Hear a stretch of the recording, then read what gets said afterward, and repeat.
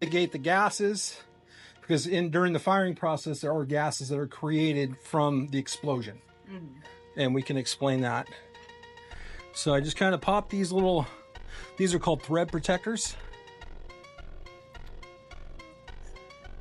So it's a mitigating the gases. Is that like for the guns, like health, or is it for like your health? Like it's for your health. Okay. It's for your health. Yes. I wasn't sure if there's some. Like, yeah. So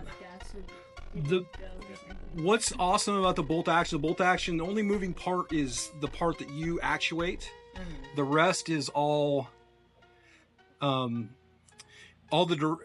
gas is directed down the barrel, and so